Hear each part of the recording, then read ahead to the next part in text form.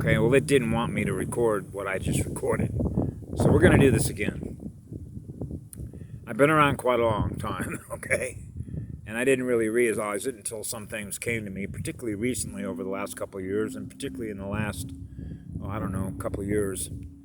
Not a couple of years, but, a couple of years, but probably in the last 6 months, especially when I think about Star Trek Next Generation, synthetic biology, programming, simulators, directories, gates, switches, all that kind of stuff. It's actually very elementary when you think of how data works. So, for example, when you think of the avatar that I'm in, okay, that was originally 3-pole in the engineering department. Everybody, I would assume, knows what an engineering department is, right?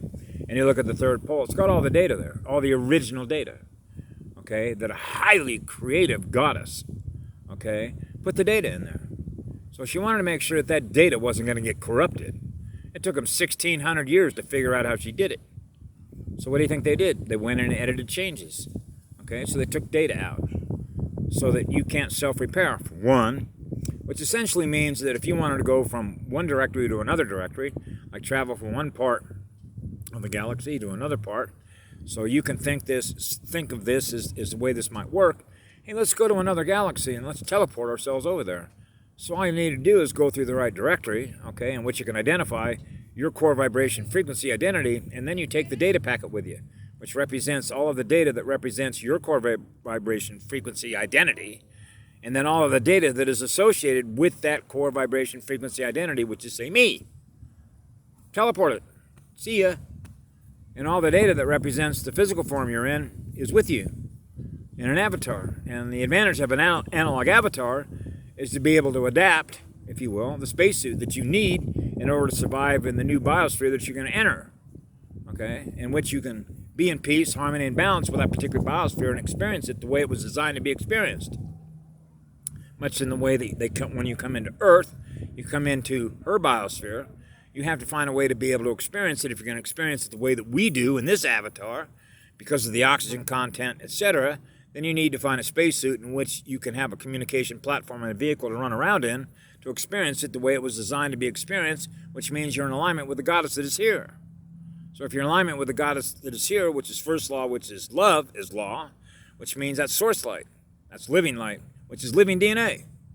So when you're experiencing it as I'm intended to experience it as a classroom and a healing center, you'll be able to experience high frequency. Wow, man, everywhere we go, it's beautiful. Wow, man, look what got carved out around here. Go to Yellowstone, go to Glacier National Park, go to places in Asia. Some of the most beautiful places are in Asia, in the islands, like Bali, the Hawaiian Islands, for example, Tahiti.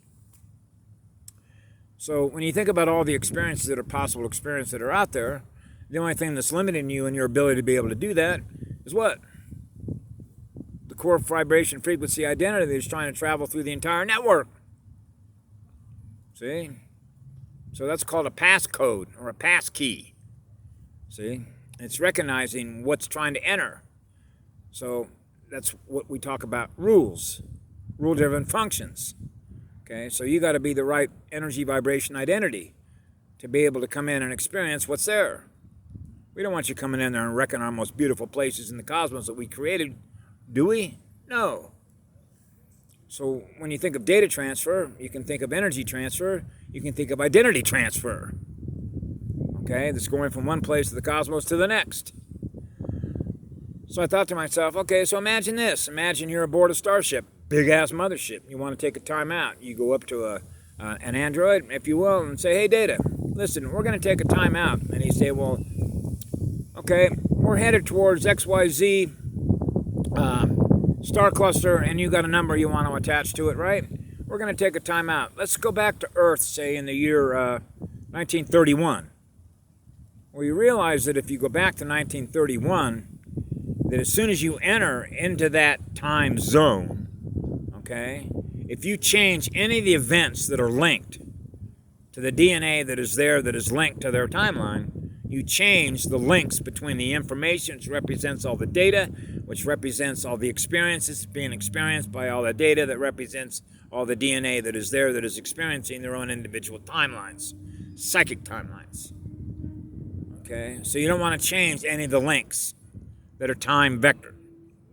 See, otherwise you change the links in which the energy, which represents a state of consciousness, all the units that are consciousness that are there, which is psychic energy. Okay, so how can you do that? How can you go into that where you leave no trace? Which means you go in and out without interrupting anything. Can you do that? Remember when they did that one time? Hey, let's go back to Earth during a certain period of time. And they put on the clothes that represented that time period. You know what I'm saying? Now, another way that you could think of that is, imagine you're a Trojan horse. You want to come into a computer system that's running clean data. Which means the computer that is running the simulator, which is a classroom or a training center, if you will, is running on a certain frequency, in which the data exchange that is running that particular simulator is running at a particular range of energies. So when you go in there, wow, I'm experiencing love energy wherever I go. Say between 5 and 600. But you're a Trojan, you're a masquerader. You come in there and you're bringing a virus. Like black goo, for example. That's just one example. I could use a gazillion others, but I use this because it's relevant to this timeline. So what do? When I bring in black goo and other people have experienced black goo, the next thing you know, the neurotransmitters are no longer working the way they once were. They're basically turned cold. Wow, I'm feeling cold. What happened? I'm not connected to all the light that I once was. I'm not connected to source. I'm not feeling source. I'm not feeling source light through my neurotransmitters. What's happening here? I'm feeling cold. I don't feel any empathy. I don't feel any compassion. I don't feel any love. Wow. So what happens? That allows you to be subject to what? Neurolinguistic programming, neural programming, appear programming, cybernetic programming, assimilation programming, which means what you thought you once were, the way that you experienced yourself being what you were before that happened, is lost. Wow, I don't have memory of what I once was anymore. The next thing you know is you're becoming something that you aren't as a result of what that was. Now you're experiencing what it is rather than what you were before. So this becomes the power of the neurotransmitters. Okay, which is why I knew when I was in here at such a very early age and knew that this was a spiritual war, which is an energy war, which is a frequency war between density consciousness. So these are not games that we play. So I knew at such an early age, when, if you want to call it self-knowledge or gnosis, which is what it is, that you have to stay within your heart chakra. Do not lose your heart chakra. That's your power plant. That's your magnetic shield protection. That's the energy that we transmit everywhere that we go, because that's who we are. That's our identity. That's our core vibration identity. I benchmark it as a minimum. Naturally, I've experienced far higher energy than that, but as a minimum benchmark, love has a frequency, okay, which is high frequency energy, which for me is a state of love and joy, but I felt far higher than that. When you're in a state of peace, you're in a state of peace, and you know what it feels like to be in a state of peace. So you know what I do to you, I do to me, I'm going to experience what I do. So that's how you navigate your way through an energy field. Is knowing what your true identity is, and what the energy identity is of other beings that aren't. And how do we know the difference? By calibrating the speed difference between the communication between them and us. See, so we want to restore the light, which is restore the speed back up to first law, which is love is the law, which is why the Indians are here. Okay, which is to maintain the peace, be the teachers and the healers that are here. So we use the power of our heart chakra, which is the most powerful neurotransmitters. It links our soul and our spirit to higher frequency energy because we know that we're source connected. Okay? So we're actually conduits, or representatives, if you will, of source and the girl and the planet. So that's why sometimes I think about, I live through a girl's heart.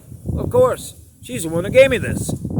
This is what I use as the power plant and the protection. So So this girl knew what she was doing. Okay?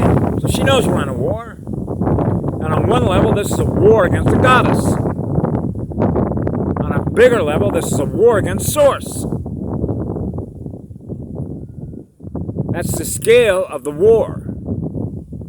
Some people call it a war in heaven. Because I do know that all of Laniakea, which is a supercluster, is under operational security. That gives you the scale to which this spiritual war is being fought. So it's not just here. Okay? So when I got a message this afternoon of a link to a video that talked about living through your heart's neurotransmitters, bang! We're winning against a Cybernet.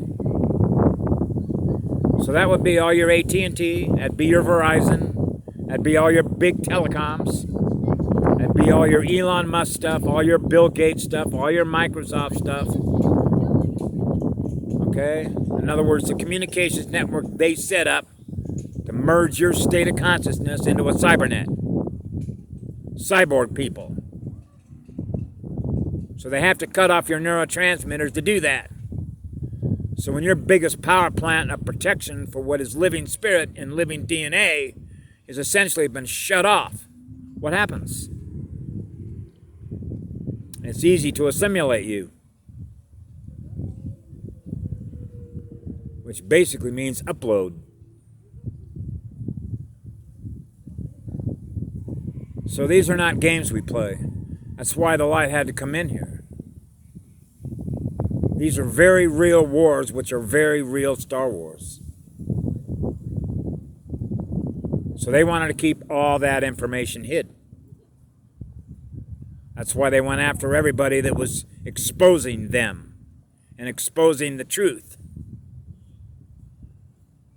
So I was thinking about leaving with you with a, he's not up anymore, but his name is Dante Satori, D-S-A-H-K. And I know that Harold Kotzvela, the best video he did, which was he won a scientific award in Prague, Czechoslovakia for black goo. And he did another one a year ago called Terraforming. But the video that I was given a link to talked about the neurotransmitters, and that's your power plant.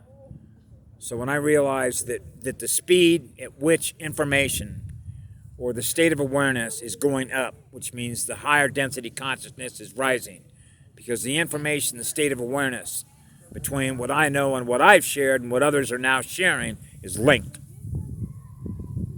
between one part of the world and another. That's what we're trying to do. That's what I was trying to do as soon as I picked up a phone, was realizing, trying to connect the power of my neurotransmitters with every girl's heart I possibly could to link them all, okay? Which is through the girl on the planet, obviously, okay? And the source. And of course the galactic sun, which essentially is to raise the light at everybody here. So you don't want to lose the war against the Cybernet, and you don't want to lose the war against demons and vampires. So that's good news. So I wanted to share good news. Okay? That means we won. Even though I know that we already won this. It is the neurotransmitters of your heart where you're pushing the most light, feeling the most love, feeling the most light, and that allows us to free ourselves from what I consider to be, if you will, others that want to hold the mind's energy captive. Because that's what it is. It doesn't want to let you go. You know? So to free yourself, you have to raise your state of awareness, raise the speed in which you're experiencing who you are, which is your core frequency identity. Now, once you know you're free, and all of a sudden we reach critical mass, higher density, then we begin to realize, wow, we dissolved all that stuff. What a bad movie. You're out of the movie. You're out of their movie. You're out of their programs. We have dissolved their programs from lower density consciousness to experience higher waveform speed, higher density consciousness. And when we are experiencing that, then we have shifted gears and speed out of that zone Anyway, I'll leave you with all that. Bye now. Have a great day. Be good to yourself. To thine own self. Be true to the heart. Yeah, yeah, yeah.